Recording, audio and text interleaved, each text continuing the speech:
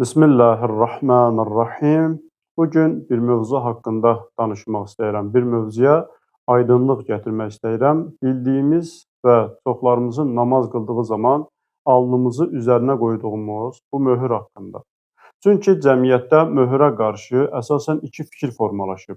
Birinci fikir bundan ibarətdir ki, bir insan namaz qılan zaman alnını torpaq, yer və yer qismindən olan daş, kəsək, bu kimi şeylərin üzərinə qoymalıdır. Yəni səcdə zamanı alnını bu cür şeylərin üzərinə qoymalıdır. Və möhür də torpağın bərkləşdirilmiş formasıdır. Yəni namaz qılan zaman alnını möhrün üzərinə qoymaq gərəkdir. Amma ikinci bir dəstə bu iddiadadır, bu fikirdədir ki, bir insan namaz qılan zaman alnını möhürün üzərinə qoyarsa, səcdə zamanı möhürə səcdə edərsə, onun qıldığı namaz batil olmuş olar, onun etdiyi bu əməl şirk etmiş olmuş olar, onun gördüyü bu iş bidət sayılmış olar. Hətta qeyd etdiyimiz kimi, bu əməli şirkə qədər aparıb çıxardanlar da var. Amma bugün biz bu məsələyə hansısa bir məzhəbdən yanaşmayacağıq. Yəni nə Şiə məzhəbi adından, nə Əhlüsünnə məzhəbi adından. Çünki bu elə bir məsələdir ki, biz həm Əhl-i-Şiə məzhəbində olan, mənbəsində olan hədislərə baxdıqda və yaxud da ki, Əhl-i-Sünnədən nəql olunan hədislərə baxdıqda bütün hədislərin ortaq bir məxrəci var, ortaq bir nöqtəsi var. O da nədən ibarətdir? Peyğəmbərimiz sallallahu aleyhi və alihi və səlləm namaz qılan zaman səcdədə alnını torpağın üzərinə qoyması. Bu, hər iki mənbənin, dediyimiz kimi, həm Əhl-i-Şiə mənbəsində, həm Əhl-i-Sünnə mənbəsində keçən hədislərin ortaq nöqtəsidir. Peyğəmbərimiz sallallahu aleyhi və alihi və səlləm namaz qılan zaman səcdədə alnını torpağa, çınqılın üzərinə qoyması. Bu, inkar olunmaz bir dəlillərdir. Amma biz bugün yəni nə Əhl-i-Şiə nöqteyi nəzərindən yanaşarıq, nə də ki, Əhl-i-Sünnə nöqteyi nəzərindən yanaşarıq. Amma o şəxslər ki, bu möhrü bidət sayır və yaxud da ki, bu möhrü şirkə qədər aparıb çıxardırlar. Yəni namaz qılan zaman alnı möhrün üzərinə qoymaq şirk sayılır. Onların əsasən irəli sürdüyü dəlil və yaxud da ki, irəli sürdüyü iddia heç də qeyd etdiyimiz o hədislər əsasında deyil. Onların yalnız əsasən irəli sürdüyü məntiq deyək, iddia deyək, bundan ibarətdir ki, Peyğəmbərimizin zamanında, hal-hazırda əlimizdə olan bu möhür Peyğəmbərimizin dövründə olmayıb. Yəni bir insanın namaz qılan zaman hal-hazırda istifadə etdiyimiz bu möhürlər ki var, onların iddiası, dəlili budur ki, məntiqi bir dəlil irəli sürürlər ki, Peyğəmbərimizin dövründə möhür olmayıb, ona görə bir insan namaz qılan zaman səcdədə alnını möhürün üzərinə qoyarsa, bu şirk də sayılır, bidət də sayılır və onun qıldığı namaz batil olmuşdur sayılır. İndi bu məntiqi biz əsas götürsək, yəni Peyğəmbərin dövründə olmayan, əsasən bu məntiqi biz qəbul etsək, bunu tək biz möhrə gərək şamil etməyək. Məsələn, onu geyim tərəfdən baxsaq, Peyğəmbərin dövründə parça olub və hal-hazırda da parça növü var. Peyğəmbərin dövründə parçadan hansı formada libaslar tikilib və yaxud da ki, indiki dövrə baxsaq, o parçadan hansı növdə olan, hansı formada olan libaslar, paltarlar tikilirsə, biz onları, təbii ki, Peyğəmbərin dövründə olduğunu, formanı, köynəyin və yaxud da ki, şalvarın tam formasını görməsək də, hər bir halda geyim forması olub. Yəni, onları biz müqayisə etsək, heç də onların bir-birinə uyğunluğu olmaz. Parçadan Peyğəmbərin dövründə tikilən şalvarla və müasir dövrdə tikilən şalvar biz yanbayan qoysaq, heç zərrə qədər də uyğunluğu olmaz.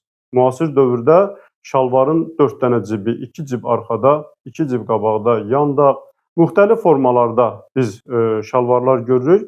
Amma Peyğəmbərin dövründə bu şalvarlar olmuyor. Və yaxud da ki, köynəklərə biz baxsaq, indiki dövrdə olan köynəklər, Peyğəmbərin dövründə olan köynəklər olmuyor. Əgər biz o məntiqi irəli sürsək ki, Peyğəmbərin dövründə möhür olmayıb və biz namaz qılan zaman alnımızı möhrə qoyuruqsa, bu şirk sayılır, bu bidət sayılır. Bunda dediyimiz o geyim növləri də Peyğəmbərin dövründə olmadığı üçün biz onlardan istifadə edə bilmərik. Amma biz diqqətlə bunu analiz etdikdə, təhlil etdikdə görürük ki, mahiyyət nədir? Parça. parçanın özü Peyğəmbərin dövründə olub ya olmayıb? İndi həmin dövrdə parçadan başqa cür istifadə olunub, başqa cür libas tikilib, geyinilibsə, bədəni örtübsə, müasir dövrdə onun forması dəyişərək tam başqa bir formada geyim növünə keçibsə, bu o demək deyil ki, biz o geyimdən istifadə edə bilmərik. Əgər bu məntiqlə yanaşsaq, Peyğəmbərin dövründə möhür olmayıb və namaz qılan zaman alnı möhrə qoymaq bidətdir, şirkdir. Bu məntiqlə yanaşsaq, indi geyindiyimiz geyimlərin çoxusu hamısı bidətdir və biz onlardan istifadə edə bilmərik. Amma mahiyyətə baxdıqda mahiyyət nədir? Parça və parçadan geyimlərin tikilməsi. Bu mahiyyət qalıb. Forma dəyişsə də belə mahiyyət qalıb. Ona görə biz bu məntiqi irəli sürüb deyə bilmərik ki, bu şalvarlar, bu köynəklər və yaxud da ki, digər geyim növləri, insanın bədənini örtən geyim növləri ki var, Peyğəmbərin dövründə olmayıb, biz ondan istifadə edə bilmərik. Bu heç bir dini məntiqə, dini mətnə əsasən heç uyğun da gəlmir. Və yaxud da ki, başqa bir misal vurmaq olar. Məsələn, dəmir.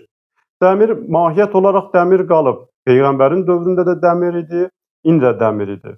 Amma biz indiki dövrdə baxdıqda görürük ki, dəmirdən nələr üçün, yəni daha insanlara faydalı olan o qədər şeylər istifadə olunur. Məsələn, maşın. Biz elə maşına baxsaq, dəmirdən görün nə qədər maşınlar istehsal olunur. Və yaxud da ki, təyyarə istehsal olunur. Və yaxud da ki, insanlar üçün faydalı olan paltar, yəni digər avadanlıqlar istehsal olunub, düzəldilib. Amma bunların heç biri Peyğəmbərin dövründə olmayıb. Yenə də biz o məntiqlə yanaşsaq ki, əgər Peyğəmbərin dövründə olmayıbsa, biz ondan istifadə edə bilmərik, o bidət sayılır və yaxud da ki, şirk sayılır. Bu məntiqlə yanaşsaq, gərək ondakı dövrümüzdə olan o dəmirdən istehsal olunan nəqliyyat vasitələri olsun, digər texnika vasitələri olsun, onda gərək biz onların heç birindən istifadə etmirik. Amma biz onun mahiyyətinə baxdıqda, mahiyyət dediyi nədir? Dəmirin olması. Peyğəmbərin zamanında da dəmir olub, indi də dəmir olub. Və insanlar ki, bir-birinə faydalı olan bir şeylər düzəldir dəmirdən, istifadə edirlər. Və bu, biz o məntiqlə yanaşsaq, gərək insanlar bunlardan istifadə etməsin. Ki, bu misallarla biz görürük ki, həqiqətən də o məntiq doğrudan da nədir?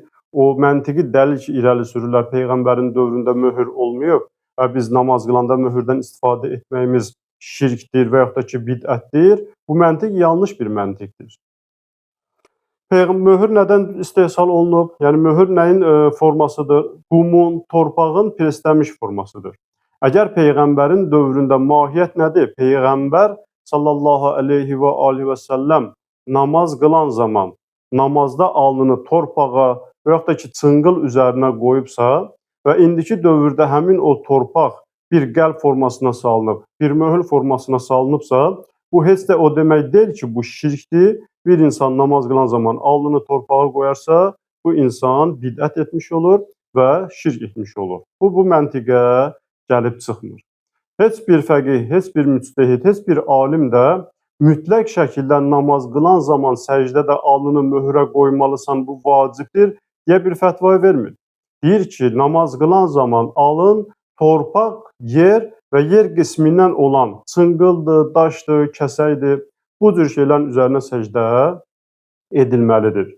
İndi bir insan ixtiyar sahibidir. İstəyər torpağın preslənmiş formasında olan möhrə səcdə etsin və yaxud da ki, bir parçaya təmiz bir torpaq büksün, namaz qılan zaman o parçanı açsın, alnını o torpağın üzərinə qoysun və yaxud da ki, bir çınqıl, bir daş götürsün, namaz qılan zaman onun üzərinə səcdə etmiş olsun.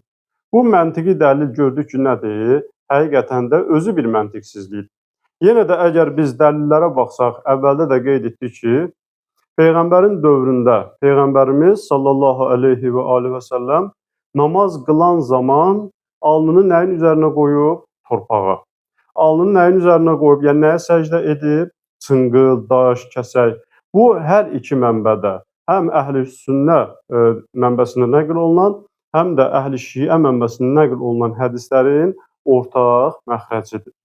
İndi sonda belə bir nəticə əldə etmək olar ki, əgər biz bu günlərdə namaz qılan zaman alnımızı möhrün üzərinə qoyuruqsa, səcdə zamanı, bu heç də bidət sayılmır, heç də insanı aparıb şirkə tərəf yönəltmir, şirkə çıxartmır. Əksinə, Peyğəmbərin sünnəsinə, Peyğəmbərin qoyduğu qayda qanuna əməl etmək Dediyimiz kimi, yəni bir insan məcbur deyil ki, özü ilə möhür daşısın və yaxud da ki, mütləqdir ki, möhrə səcdə etsin namaz zamanı. İstər dediyimiz kimi parçanın arasına pak torpaq bükər, onun üzərinə səcdə edər, istər bir çınqıl götürər, istər bir kəsək götürər, yəni yer və yer qismindən olan hər nə varsa, onun üzərinə namaz qılan zaman səcdə edə bilər. İndi belə bir sual da, yəni belə bir bu məsələyə belə bir sual da verilə bilər ki, möhürdür, namazdır, bunlar şəri mövzulardır. Amma bizim çəkdiyimiz misallar ki var, parça olsun və yaxud da ki, dəmir olsun, bunlar qeyri-şəri məsələdir. Amma onu da unutmayaq ki, əgər biz Peyğəmbərdən danışırıqsa, əgər İslamdan danışırıqsa, əgər Peyğəmbərin sünnəsindən danışırıqsa, Peyğəmbərin hər bir etdiyi, dediyi hər bir əməli bizim üçün nədir? Sünnədir. Bu geyimə də aiddir, bu yeməyə də aiddir, bu hər bir şeydə Peyğəmbərin etdikləri, Peyğəmbərin dedikləri bizim üçün nədir? Sünnədir. Ona görə bu cür məsələlərdə biz gərək diqqətli olaq, bu cür məsələlərdə gərək biz kənardan olan o yanlış fikirlərə uymayaq ki, bizim İslam şəriəti bizə göstərdiyi o qayda qanunlar ki var, təbii ki, onların hamısı Peyğəmbər və Əhl-i Beytin sünnəsinə söykənir. Vəssalamu aleykum və rəhmətullahi və bərəkatuh.